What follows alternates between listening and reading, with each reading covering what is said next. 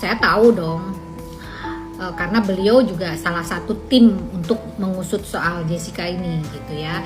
Berarti saya juga ada di dalamnya, oke. Namun saya tidak mau banyak berkomentar karena saya tahu gitu, tahu persis lah istilahnya ya, bagaimana kondisi Jessica waktu dites psikologinya, atau kondisi bagaimana ini harus terbackup semuanya. Memang sih banyak sekali kejanggalan-kejanggalan di sana guys. Namun ya kembali lagi, ini adalah sebuah kode etik profesi, karena saya yang memegang, dalam arti ya kita dalam satu tim gitu. Kita tidak boleh membicarakan itu secara vulgar gitu ya guys. Biarlah hukum yang menentukan nanti gitu. Sama halnya seperti psikologi forensiknya Bapak Indragiri itu, Mas Reza. Saya pun juga begitu guys. Ada tekanan, ada uang tutup mulut dan sebagainya. Namun ya saya tidak mau berbicara secara lantang gitu. Tetap saya harus mengemukakan apa yang menjadi sebuah problematika pada saat itu.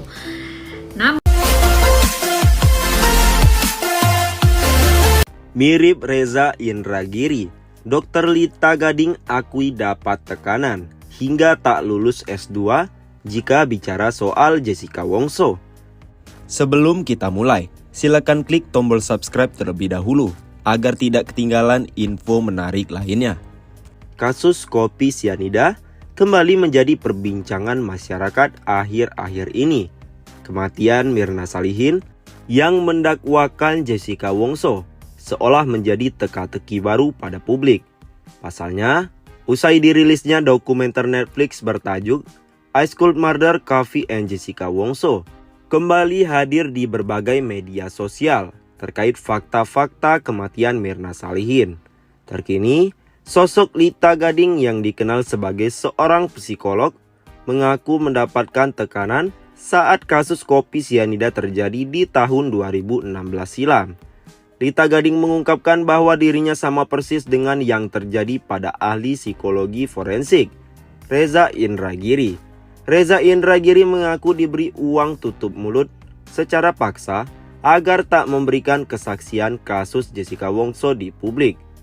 Melalui hal tersebut, Lita Gading kini baru berani angkat bicara soal kasus Jessica Wongso yang diunggah melalui akun media sosial TikTok @litagading5 pada 4 Oktober 2023 lalu. Saya bukan gak mau berkomentar, karena dulu waktu 2016, saya kan masih S2 waktu itu. Saya sebagai asistennya seorang profesor saat itu. Saya tahu dong, karena beliau juga salah satu tim untuk mengusut soal Jessica Wongso. Jadi, saya juga ada di dalamnya, oke, kata Dr. Lita Gading. Tetapi, Lita Gading mengaku tak perlu banyak komentar, karena dirinya tahu persis soal kasus Jessica Wongso.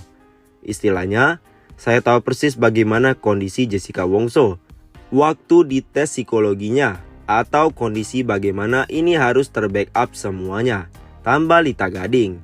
Sama halnya seperti ahli psikologi forensik Reza Indragiri, saya pun juga begitu. Ada tekanan, ada uang tutup mulut. Namun, ya saya tidak mau berbicara secara lantang. Tetap, saya harus mengemukakan apa yang menjadi sebuah problematika pada saat itu, ujar Lita Gading. Namun saat dirinya mengaku berbicara soal kasus Jessica Wongso, Lita Gading ungkap bahwa ia mendapatkan tekanan saat kuliah S2, bahkan hingga tak boleh kuliah dan dihambat. Namun, alhasil guys, kalian tahu S2 saya di DEM, dihambat sampai 1 semester. Saya tidak boleh kuliah gara-gara saya meng-up kasus Jessica Wongso ini, beber Lita Gading.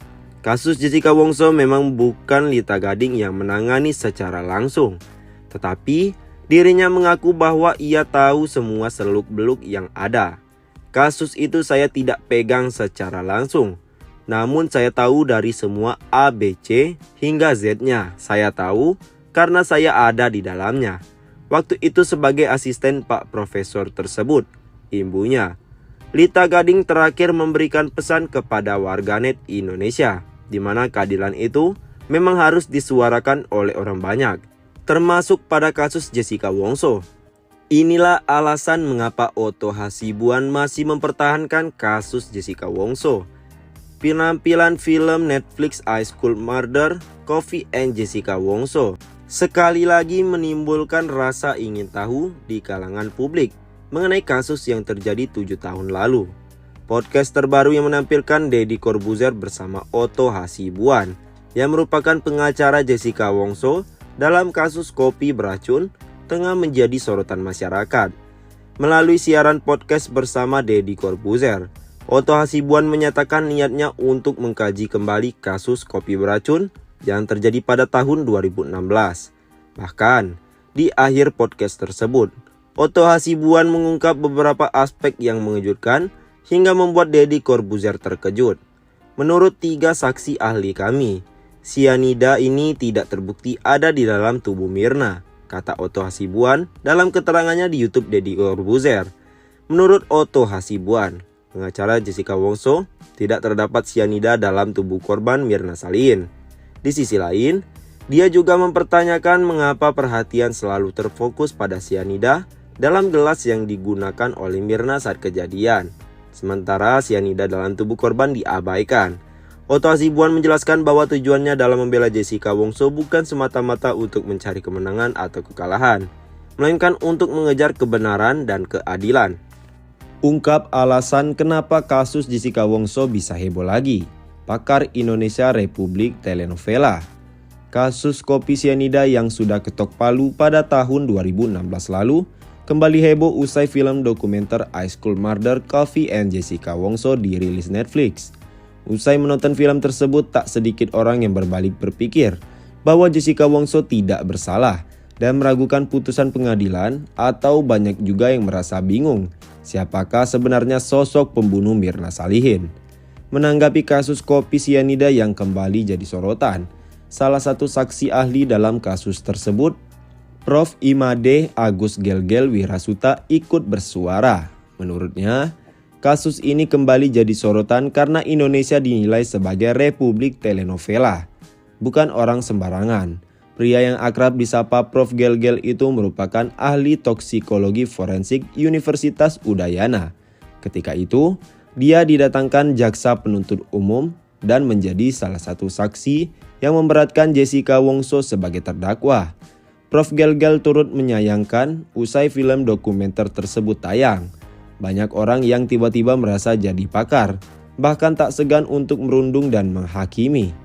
Kalau saya simpulkan sederhana, kita ini Republik Telenovela. Ada case, kita akan sibuk semua. Seolah-olah hari ini aku jadi expert menjudge orang, membuli orang. It's my netizen happy.